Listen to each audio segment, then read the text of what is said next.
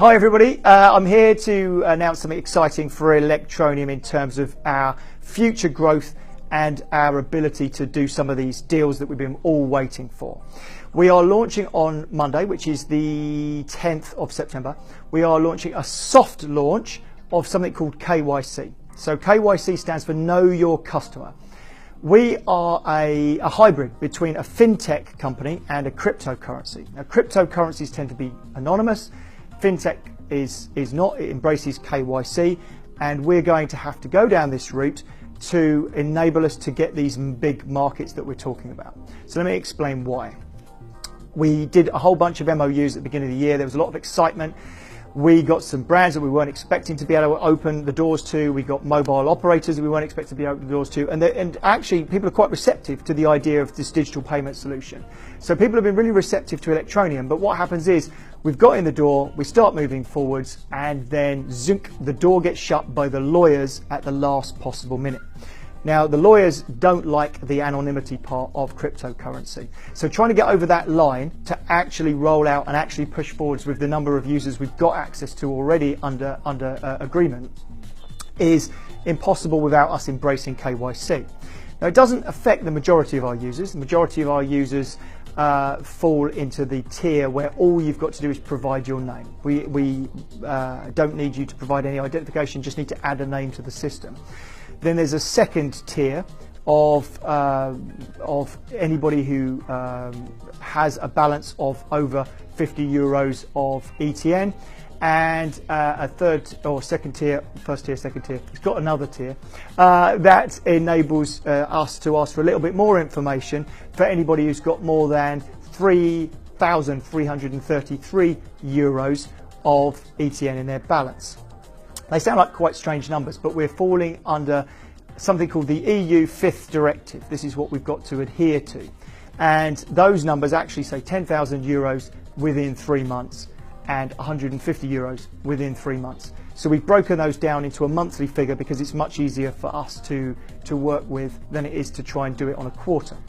Now, this sounds like something that's onerous, but it isn't. It's really, really simple. So what we've done is we've teamed up with an amazing company, a really disruptive young company as well, called Yoti, Y-O-T-I. And they are a disruptive KYC company.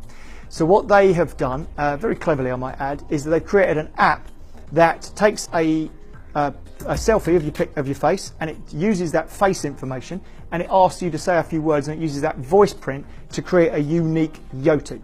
And then what you do is you upload your passport and or another form of, say, proof of address if required, to Yoti, and then Yoti can share that with us to say, yes, this person has passed KYC. Now, what's interesting about it is that they have police, ex-police and ex-customs officers working in their data centers, so they've got all of the technology, and they've geared it up, which actually keeps the price point down for users, which is really awesome. Not users as in you, but users as in us. So we are using Yoti because it's affordable for us to do it on a massive scale, and because we like their disruptive nature, and we like the ease of use. There's one other really exciting thing it gives us access to, which I'll explain in a moment. But ultimately, what it means is that by embracing KYC, it means that we can get these deals over the line. And we've got a whole bunch of other deals that we've explained that KYC is coming in September. And they're all pausing, waiting to see that come. Because when it comes, we've then bridged that gap between cryptocurrency and fintech. So the fintech e-money systems all use KYC. Cryptocurrency, generally speaking, doesn't use KYC. Most cryptocurrencies, if not all cryptocurrencies, are completely anonymous or semi-anonymous. So by bridging that gap, we'll probably be the first cryptocurrency that fully embraces KYC, and that gives us access to this massive market that we're seeking. So there's another thing it does which is really cool. So everybody's been waiting for our iOS app, and we've been battling with Apple, as you know, to get what we've already got on Android on iOS, and that's never going to happen. So we've tried and tried and tried. There's no way around it. Apple do not like what we're doing in our mobile mining emulator on iOS. So what that led us down the route of, and it's been quite an exciting little journey, is We've worked with youre to create a system so that youre, you can just make a youre without even uploading any ID. So you can use your face print and you can use your voice print to create a youre, so your email address and your phone number included, but you haven't had to upload a passport or a national ID card. And then you can use that to identify yourself on our system. Now this isn't launching on Monday, this will be launching in the next sort of 10 days, 15 days after the KYC launch. But what this gives us is the ability to do something called cloud mining. So because we can identify uniqueness, we know it's a real person and we know they're unique.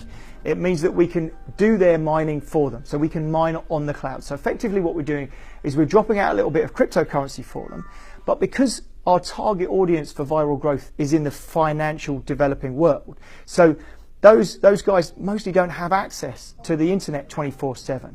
So ironically, what we've done with our Android app is we've given a mobile mining experience to the people who need it least, the people who have 24/7 internet, and we've excluded the people who need it most, which are the people who have less access to the internet. So this solves that problem. So we know it solves the problem for getting us out onto iOS, so we're going to do that first. But if it works well, I think we're going to offer it through to our Android users as well, because giving it to the Android users means somebody who's in the developing world can actually get that drip feed of electroneum, and then we should see the viral growth that we've been expecting. We spoke about viral growth right at the beginning. You see what we do is we get these users come on, they start a little bit of mining and then they stop. So we see a huge drop off of our miners because actually getting access to that internet and running it in the background all the time is something that they're struggling with. So this will help us engage users and bring on more users. So that's a really good side benefit to KYC. So now coming back to KYC quickly, soft launch is on Monday. We're going to have 30 days where KYC is completely optional. So you can come in, you can use your account as you would normally, and you can look at the KYC system. You can see which tier you would be expected to use. You can indeed apply for those tiers, use your youre and execute it. So you can use the KYC system from Monday, but for 30 days, it's not going to be mandatory. But after 30 days, it will become mandatory. So if you need to be tier 1 or tier 2 after 30 days, you will have to adhere to it and give us that identification. So go in, have a look at the system, familiarize yourself with it, and you'll understand exactly what we're doing and why we're doing it. We'll make sure we email everybody, we'll make sure it's out on social all the time, we'll do a countdown so everybody knows what's coming and everybody's familiar with it. But just embrace the fact that this is a really good thing for electroneum as a whole. It will enable us to get over the line on quite a few commercial contracts that we've stalled on the lawyers. So this is a great thing for electroneum. It's a very positive step, and I'm excited to see it all roll out next week. Thanks very much.